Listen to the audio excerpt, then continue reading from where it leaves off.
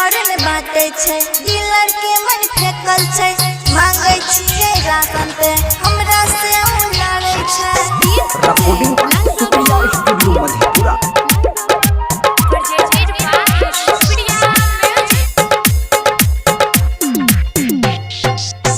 मोदी जी भेजला कई गेहूं आलू चावल सब खैला कई गे सखिया सखिया सखिया के डीलर कोढ़िया बनलई बई मना मकी सब के रसनवा घोटाला कैला कई गे सखिया सखिया सखिया के डीलर कोढ़िया बनलई बई मना मकी सब के रसनवा गोला कैला कई गे सखिया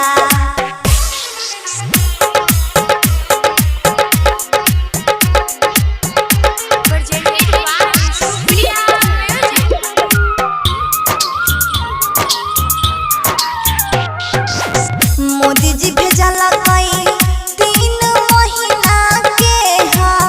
सबके राशन गे सखिया सखिया सखिया के से होने चला कई रसनवा बनल डीलर कोढ़िया बेईमानमा सब पचला कई गे सखिया सखिया सखिया के डीलर कोढ़िया बनलई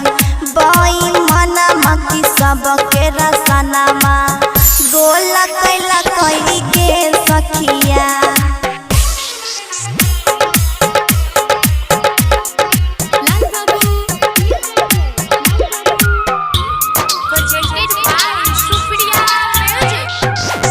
गरीब के राशन बेच के डीलर कोढ़िया पीटे छे दो मोहल्ला गे सखिया सखिया सखिया के लाज ने लागे कोढ़िया के गरीब के खैला कई सब रसनवा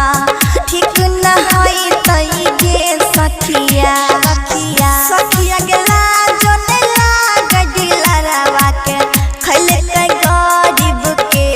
रसनवा पेट फटतई गे सखिया सखिया के लाज ने लागे चितंगवा के खैला कई गरीब के रसनवा निक न होई तई गे सखिया सखिया मोदी जी भेजला कई गेहूं आलू चावल सब खैला कई गे सखिया सखिया सखिया के डीलर कोढ़िया बनलई बेईमानमा की सब के रसनवा घोटाला कैला कई गे सखिया सखिया के